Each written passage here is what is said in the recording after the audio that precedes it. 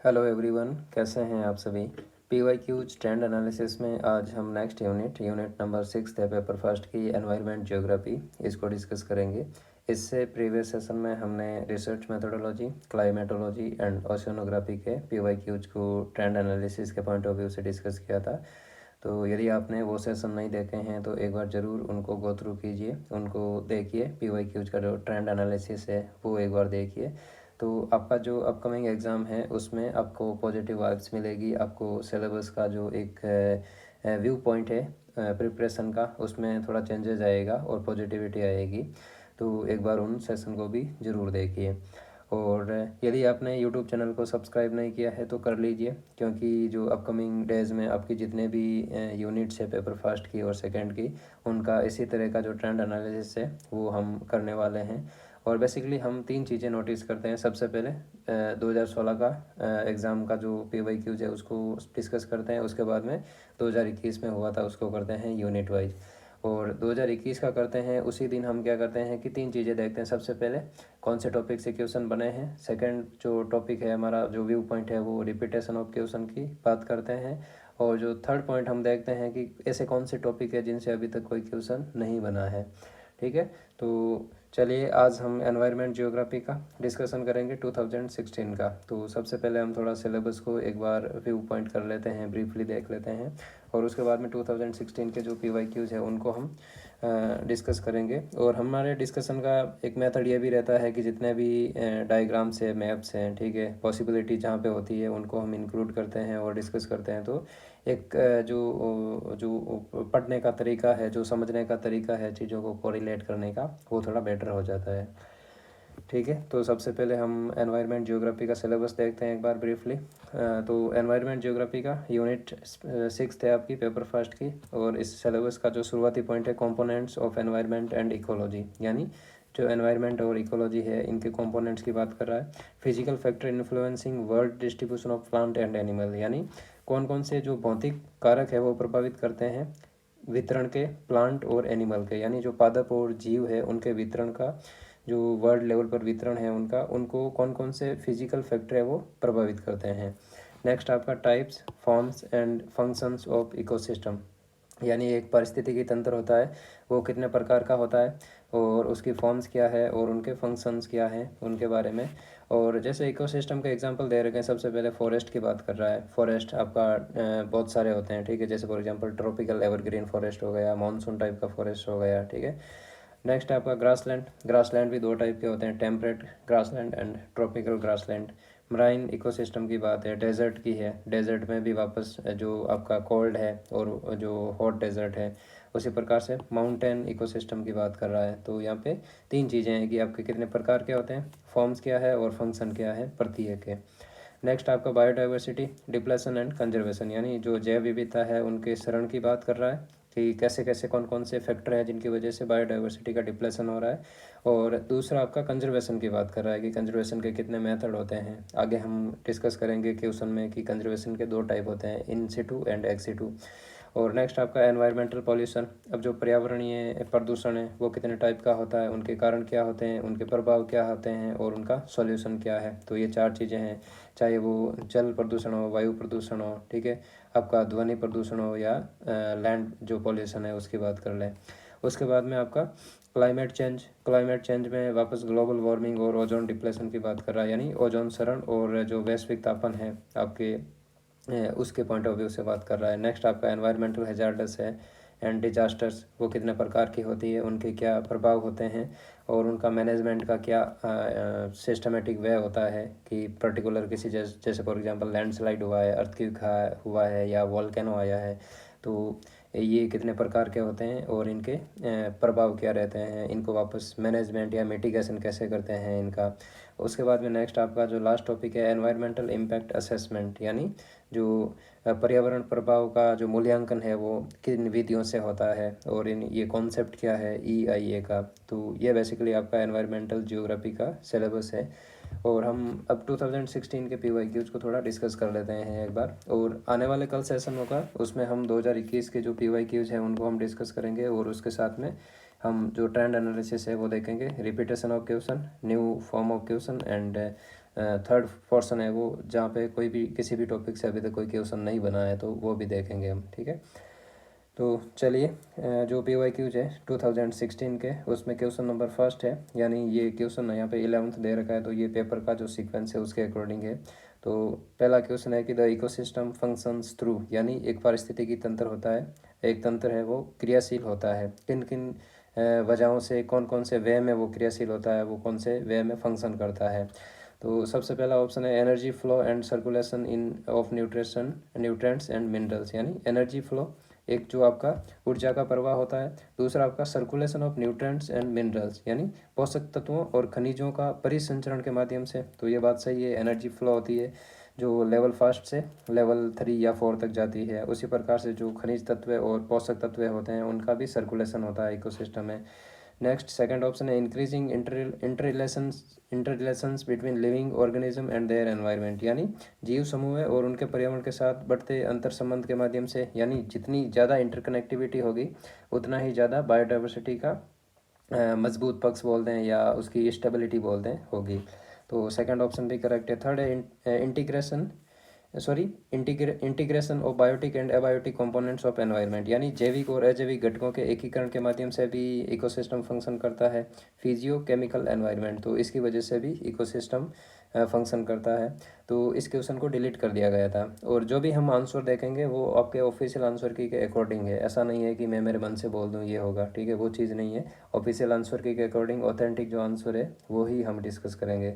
तो जो 11th number question था उसको आपको डिलीट कर दिया था। तो ये जो चारों ऑप्शन है सभी जो इकोसिस्टम के फंक्शंस हैं। नेक्स्ट है आपका कंट्रीज़ और ग्रासलैंड की बात कर रहा है। सबसे पहले यहाँ पे प्रेरीज, पम्पास, डाउन्स और वेल्ड्स की बात कर रहा है, ठीक है। तो साउथ अफ्रीका में आपका कौन सा है, वेल्ड्स हो जाएगा, ठीक है, साउथ अफ्रीका में वेल्ड्स हो जाएगा। तो ए में 4 कहाँ पे आपका, यहाँ पे, और यहाँ पे भी है, ठीक है, तो ये दो ऑप्शन कट जाएंगे। नेक्स्ट आपका नॉर्थ अमेरिका में प्रेरीज है, तो बी में 1 हो जाएगा, बी में 1 एक जगह ही है तो ये आपका ऑप्शन करेक्ट हो जाएगा। सी में आपका 2 हो जाएगा, साउथ अमेरिका में पंपास हो जाएगा, ऑस्ट्रेलिया में डाउन्स हो जाएगा। अब बेसिकली जो ग्रासलैंड ऑफ वर्ल्ड्स है वो बेसिकली दो टाइप के होते हैं, एक आपका टेम्परेट होता है, दूसरा ट्रॉपिकल होता है। टेम्परेट में कौन कौन से आते हैं, जैसे कनाडा और नॉर्थ अमेरिका में आपका कनाडा और यूएसए में आपका प्रेरीज आएगा, और पुस्टाज आपका हंगरी में आ जाएगा, हंगरी वाले एरिया में, और स्टेपीज आपका जो सेंट्रल यूरेशियन पोर्शन है वहाँ पे आ जाएगा। मंचूरियन ग्रासलैंड्स है वो मंगोलिया और चाइना वाले बॉर्डर पे आ जाएगा। कैंटरबरी आपका न्यूजीलैंड में है, डाउन्स ऑस्ट्रेलिया में, वेल्स साउथ अफ्रीका, और जो पंपास है वो साउथ अमेरिका के जो अर्जेंटीना, उरुग्वे, पराग्वे वाला जो पोर्शन है वहाँ पे आ जाएगा, ठीक है। नेक्स्ट आपका ट्रॉपिकल ग्रासलैंड। अब ट्रॉपिकल ग्रासलैंड में आपका जैसे लानोज हो गया, सवाना हो गया, ठीक है, तो इस टाइप के जो ग्रासलैंड है, तो बेसिकली जो सवाना है वो सेंटर पोर्शन है ट्रॉपिकल ग्रासलैंड का। जैसे सवाना यहाँ पे भी लिखा हुआ है, तो सवाना टाइप के जो ग्रासलैंड है वो वर्ल्ड में आपके ट्रॉपिकल ग्रासलैंड की कैटेगरी में आते हैं। तो ये दो टाइप के ग्रासलैंड हो गए आपके। तो यहाँ पे इसका जो करेक्ट आंसर है आपका 1 हो जाएगा, ठीक है। नेक्स्ट है correct succession of various trophic level in a natural food chain, यानी एक जो नेचुरल फूड चेन है उसमें ट्रॉपिकल लेवल की सीक्वेंस क्या रहती है। अब बेसिकली इस क्वेश्चन के जो आंसर है, इस क्वेश्चन का जो आंसर है, यदि हिंदी में जो इसके जो ऑप्शन है यदि वो पढ़ेंगे तो एकदम करेक्ट होगा। अब सबसे पहले अपघटन नहीं आता, अपघटन एंड में आता है, ठीक है, तो एंड में अपघटन यहाँ पे है। उसके बाद में सबसे पहले स्वपोषी आता है, यानी ऑटोट्रॉप्स आता है। ऑटोट्रॉप्स का मतलब जो फूड अपना स्वयं का फूड खुद बनाते हैं, जैसे फॉर एग्जांपल ग्रीन प्लांट्स है वो फोटोसिंथेसिस के प्रोसेस के माध्यम से अपना फूड खुद बनाते हैं, ठीक है। तो सबसे पहले स्वपोषी आ जाएगा, तो ये दोनों ऑप्शन आपके कट जाएंगे। अब दूसरा जो लेवल है वहाँ पे शाकाहारी आएगा, मांसाहारी नहीं आएगा। अब जो शाकाहारी किसे बोलेंगे, जो स्वपोषी पर डिपेंड रहते हैं, यानी ऑटोट्रॉप पर जो डिपेंड रहते हैं उनको शाकाहारी बोलते हैं, हर्बीवर्स, ठीक है। उसी प्रकार से नेक्स्ट मांसाहारी आ जाएगा, कार्निवर्स, और सर्वहारी, ओमनिवर्स और डिकम्पोजर्स, ठीक है, अब घटक आ जाएंगे। तो सबसे पहले स्वपोषी जैसे ग्रीन प्लांट्स आ गए, उसके बाद में शाकाहारी जो ग्रीन प्लांट्स पे डिपेंड रहते हैं, जैसे रेबिट्स हो गए, आपके इंसेक्ट्स हो गए। उसी प्रकार से मांसाहारी में आपका फ्रॉग आ जाएगा जो इंसेक्ट्स को खाता हो। और सर्वाहारी, अब सर्वाहारी में बेसिकली मानव आता है, ठीक है, मानव कहने का मतलब स्वपोषी भी है, शाकाहारी भी है, मांसाहारी भी है, ठीक है। और उसी प्रकार से नेक्स्ट आपका अपघटक आ जाएगा।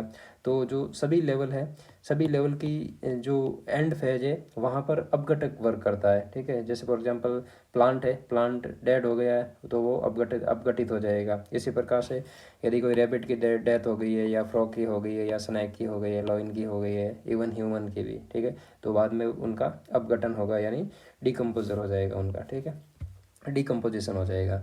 तो इसका करेक्ट सीक्वेंस है वो आपका सेकंड हो जाएगा।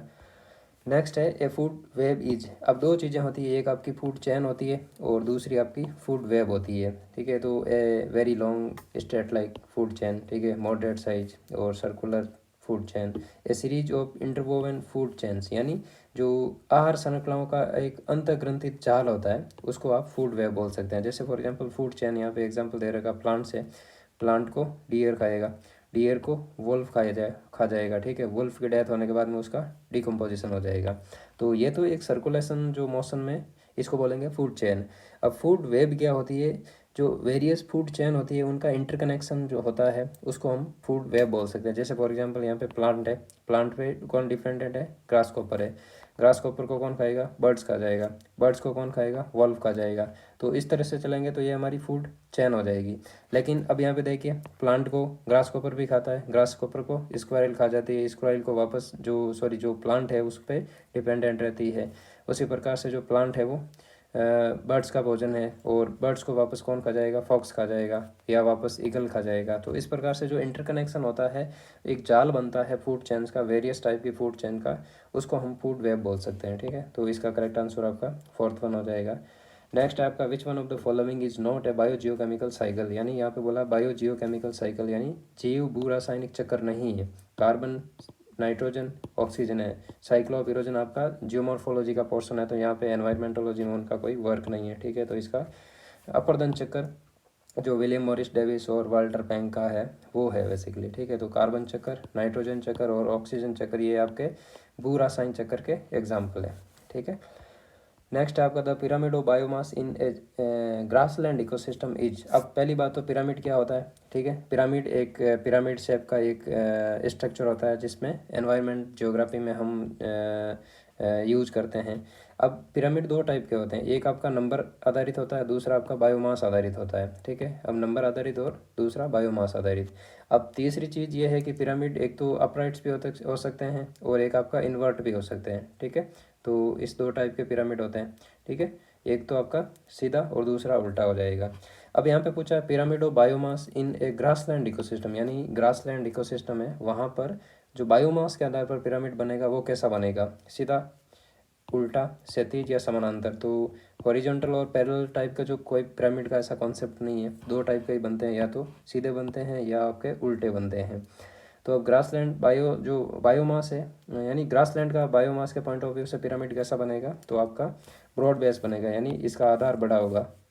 जो घास का बायोमास है वो ज़्यादा होगा एज़ कम्पेयर टू इसके ऊपर जो शाकाहारी जीव जंतु डिपेंड रहते हैं, जैसे वो फॉर एग्जांपल डियर हो गया, रेबिट हो गया। रेबिट और डियर के कंपैरिजन में जो फॉक्स है, ठीक है, उसका बायोमास कम रहता है, फिर लॉयन का तो बिल्कुल ही कम रहता है, ठीक है। तो इस टाइप से इसका जो करेक्ट आंसर है वो आपका सीधा खड़ा, यानी आधार चौड़ा, ये जो बेस है इसका चौड़ा है, इस टाइप का इकोसिस्टम का जो पिरामिड है वो बनेगा ग्रासलैंड का, ठीक है। नेक्स्ट क्वेश्चन है which one of the following is a reason of high ecological productivity, यानी उच्च पारिस्थितिकी उत्पादकता वाला प्रदेश कौन सा है, तो डेजर्ट, कोई सवाल ही नहीं है, डेजर्ट में ज़्यादा प्रोडक्टिविटी नहीं होती है। और यहाँ पे आपका snow covered area of Arctic, तो ये भी इनकरेक्ट होगा, नहीं होगा। अब यहाँ पे tropical and temperate forest region और ग्रासलैंड की बात करें तो ग्रासलैंड सीजनल होते हैं, यानी रेनी सीजन में प्रोडक्टिविटी ज़्यादा रहती है as compare to summer season में, ठीक है, और या विंटर सीजन में। जबकि ट्रॉपिकल और टेम्परेट जो फॉरेस्ट एरिया है, फॉरेस्ट रीजन है, वहाँ पर productivity through out the year high रहती है। तो इसका करेक्ट आंसर आपका सेकंड हो जाएगा, tropical and temperate forest region, यानी उष्ण और शीतोष्ण कटिबंधीय वन प्रदेश, ठीक है। तो यहाँ की बायोडाइवर्सिटी थोड़ी हाई रहती है। नेक्स्ट क्वेश्चन है which one of the following is not a mega diverse countries areas of the world, ठीक है। तो अब मेगा डाइवर्स कंट्रीज का कॉन्सेप्ट हमने एनसीईआरटी में दे रखा है, ठीक है। एनसीईआरटी का जो फंडामेंटल ऑफ फिजिकल ज्योग्राफी का 16वां जो टॉपिक है, चैप्टर है, उसमें मेगा डाइवर्स के बारे में कॉन्सेप्ट दे रखा है। और एनसीईआरटी में बेसिकली 12 मेगा डाइवर्स कंट्रीज़ की बात की गई है, ठीक है। वहाँ पे 12 मेगा डाइवर्स कंट्रीज है, जैसे फॉर एग्जांपल आपकी मैक्सिको हो गई, और उसके बाद में कोलंबिया हो गई, Ecuador, Peru, Brazil, democratic Republic, ठीक है। तो यहाँ पे क्वेश्चन में क्या क्या है, सबसे पहले Mexico, Turkey, Madagascar and Brazil. तो मैक्सिको है आपका पहला ऑप्शन करेक्ट है। दूसरा ऑप्शन टर्की, ठीक है। टर्की यहाँ पे जो है ना, टर्की यहाँ पर स्थित है, ठीक है, ये वाला टर्की का एरिया, ठीक है। तो ये मेगा डाइवर्स कंट्रीज़ में नहीं है। मेडागास्कर है आपका, और ब्राज़ील भी है, ठीक है। तो अब ये जो टर्की है, वो टर्की है एक्चुअली में हिली एरिया है, माउंटेनस एरिया है, जो अनातोलिया का पठार है वो वाला एरिया। तो वो बेसिकली जो मेगा डाइवर्स कंट्रीज़ का एरिया नहीं है। हम कॉमन सेंस से यदि क्वेश्चन को अटेम्प्ट करें तो भी हमारा करेक्ट होगा, क्योंकि मैक्सिको सेंट्रल अमेरिकन कंट्रीज़ का पार्ट है, ब्राज़ील तो है ही, और मेडागास्कर भी आपका विश्वरेखा के आसपास वाले एरिया में आता है, ठीक है। तो इस वजह से यहाँ पे प्रोडक्टिविटी हाई रहती है, डाइवर्सिटी, बायोडाइवर्सिटी। तो मेगा डाइवर्स कंट्रीज का कॉन्सेप्ट है, इसमें मैक्सिको है, मेडागास्कर है और ब्राज़ील है। तो करेक्ट आंसर आपका सेकंड हो जाएगा, टर्की। नेक्स्ट है, which one of the following is.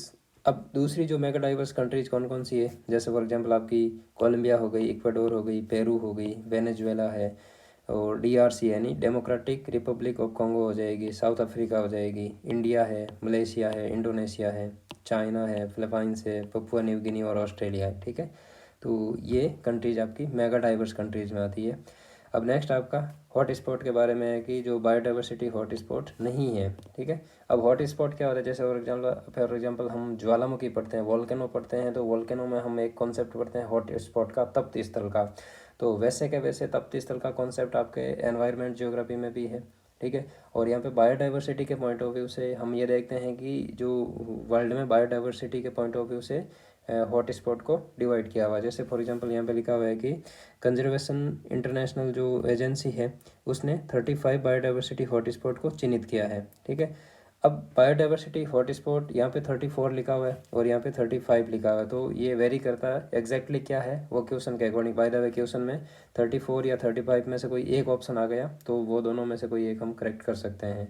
अब यहाँ पे 17 टोटल जो कंट्रीज है, यहाँ पे 17 दे रखी है मेगा डाइवर्स कंट्रीज की, लेकिन वहीं एनसीईआरटी में आपकी 12 कंट्रीज को मेगा डाइवर्स कंट्रीज के नाम से पुकारा गया है, ठीक है।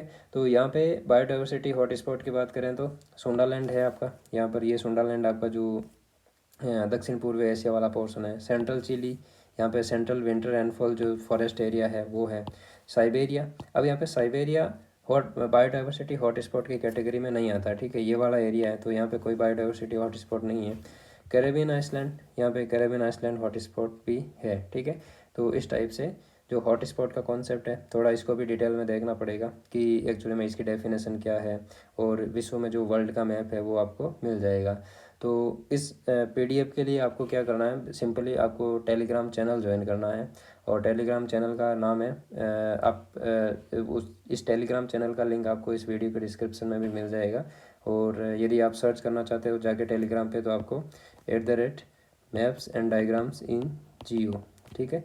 तो ये सिंपली सर्च करना है, एक टेलीग्राम चैनल मिलेगा आपको, उसको ज्वाइन करना है। तो जितनी भी यूनिट्स हम ट्रेंड एनालिसिस की करते हैं, डिस्कस करते हैं, उनकी जो पीडीएफ होती है वो आपको वहाँ पे मिल जाएगी, और इनके जो जो भी आंसर है वो हाईलाइट करके हम वहाँ पे टेलीग्राम चैनल पे डालते हैं, ठीक है। अब नेक्स्ट क्वेश्चन है आपका, तो इसका आपका साइबेरिया हो जाएगा। सुंडालैंड है, मध्य चिली है, कैरेबियन द्वीपसमूह भी है, साइबेरिया नहीं है। नेक्स्ट है आपका botanical garden for plants and zoological parks for animals, यानी बॉटनिकल गार्डन में क्या होते हैं, प्लांट होते हैं, जूलॉजिकल पार्क में क्या होते हैं, एनिमल होते हैं। Are the example of which type of biodiversity conservation, यानी यहाँ पे बायोडाइवर्सिटी कंजर्वेशन की बात कर रहे हैं। तो यहाँ पे जूलॉजिकल पार्क में क्या करते हैं, हम एनिमल को रखते हैं, जैसे शेर को रख दिया, भालू को रख दिया, लोमड़ी को रख दिया, उसी प्रकार से बंदर को रख दिया। और बॉटनिकल गार्डन में क्या करते हैं, हम तरह तरह के जो फूल और जो पेड़ पौधे होते हैं उनको रखते हैं। तो ये किस टाइप का कंजर्वेशन है, कंजर्वेशन दो टाइप का होता है, एक होता है एक्सिटू, एक होता है इन सिटू, यानी बहिर्स्थान है, स्वस्थान है। इंटीग्रेटेड और लेजिस्लेटिव सिस्टम इस तरह का कोई होता नहीं है। बेसिकली जो बायोडाइवर्सिटी के कंजर्वेशन होता है वो दो टाइप का होता है, इन सिटू और एक्सिटू। अब एक्सिटू में क्या होता है कि जो उनका नेचुरल जो एनवायरनमेंट है उससे बाहर ले जाके किसी आर्टिफिशियल कंडीशन में उनको रखते हैं। जैसे फॉर एग्जांपल जूलॉजिकल पार्क होते हैं, यहाँ पे बंदर को, शेर को, चीता को रखते हैं, तो वो आपका नेचुरल जो एनवायरनमेंट है उनका उनसे बाहर ले जाके रखते हैं आर्टिफिशियल कंडीशन में। उसी प्रकार से बॉटनिकल गार्डन में भी हम जो प्लांट्स है उनको रखते हैं तो वो अपने नेचुरल एनवायरनमेंट होता है उससे बाहर ले जाके रखते हैं। तो ये आपका बहिर्स्थान हो जाएगा। इसका जो करेक्ट आंसर है वो एक्स2 होगा। अब इन2 में क्या है, यदि यदि जो लॉइन है या बंदर है उसको हम जंगल में छोड़ देंगे, ठीक है, तो वो आपका इन2 हो जाएगा। जैसे फॉर एग्जांपल बायोडाइवर्सिटी कंजर्वेशन में इन2 के एग्जांपल की बात करें तो आपका नेशनल पार्क हो जाएगा, आपका बायोस्फीयर रिजर्व हो जाएगा। उसी प्रकार से जो वाइल्ड लाइफ सेंचुरीज होती हैं, तो ये जितने कितने भी मेथड हैं जो उनके नेचुरल किसी पर्टिकुलर एनिमल की नेचुरल जो क्लाइमेटिक कंडीशंस होती है उसमें उसको मॉनिटर करना या कंजर्वेशन करना, वो आपका इन2 कंजर्वेशन होगा, ठीक है। तो इसका करेक्ट आंसर आपका बहिर्स्थान हो जाएगा। नेक्स्ट है which one of the following is not a geological environmental hazard, यानी यहाँ पे बोला भूगोलिक यहाँ पे ये हिंदी में वर्ड गलत लिखा हुआ है। जियोलॉजिकल एनवायरमेंटल हैजार्ड में आपका लैंडस्लाइड है, अर्थक्वेक है और वोल्केनिक एक्टिविटीज़ है। और ये आपकी ड्रॉट है वो क्लाइमेटिक है, ठीक है। यहाँ पे जियोलॉजिकल नहीं होगी, क्लाइमेटिक होगी। तो लैंडस्लाइड, अर्थक्वेक एंड वोल्केनो यहाँ पे जियोलॉजिकल एनवायरमेंटल हैजार्ड होगी और ड्रॉट यहाँ पे इसका क्वेश्चन का करेक्ट आंसर हो जाएगा। नेक्स्ट क्वेश्चन आपका विच one of the following is not a main area of mangrove, यानी भारत में मैंग्रोव एरिया की बात कर रहा है कि कौन सा नहीं है। सुंदरबन आपका मैंग्रोव एरिया है। महानदी डेल्टा भी है। गल्फ ऑफ खंबात, यहाँ पे गुजरात वाला एरिया में गल्फ ऑफ खंबात भी है।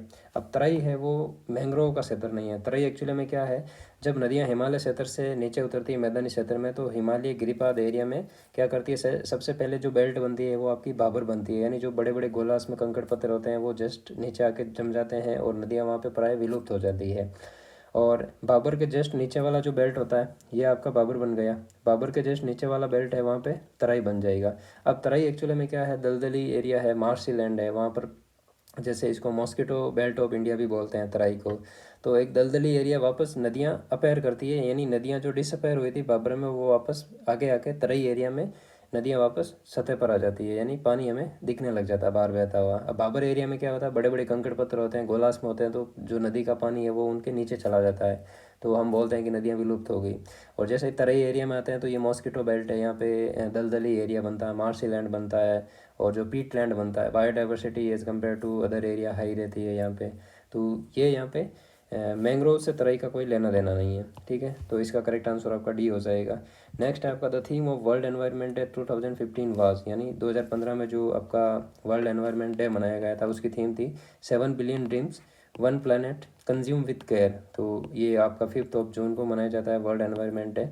तो अब इस टाइप से क्वेश्चन 2016 में पूछा था, 2021 में वापस क्वेश्चन नहीं बना है। तो इस बार पॉसिबिलिटी है कि आपके जो मेजर एनवायरमेंटल जो डेज होते हैं, जैसे वर्ल्ड एनवायरनमेंट डे हो गया, अर्थ डे हो गया, वाटर डे हो गया, तो इस टाइप के जो दिन है उनकी एक लिस्ट भी हम PDF बना के टेलीग्राम ग्रुप में डाल देंगे, ठीक है। तो वो भी एग्ज़ाम के पॉइंट ऑफ व्यू से इंपॉर्टेंट है। अब एग्ज़ाम की नेचर है ना, डे बाई डे डायनामिक होती जाती है। आपका करंट भी है, स्टैटिक भी है, बेसिक भी है, सब चीज़ें मिला जुला के क्वेश्चन पेपर में क्वेश्चन बनते हैं कहीं ना कहीं। तो इसका करेक्ट आंसर फर्स्ट हो जाएगा।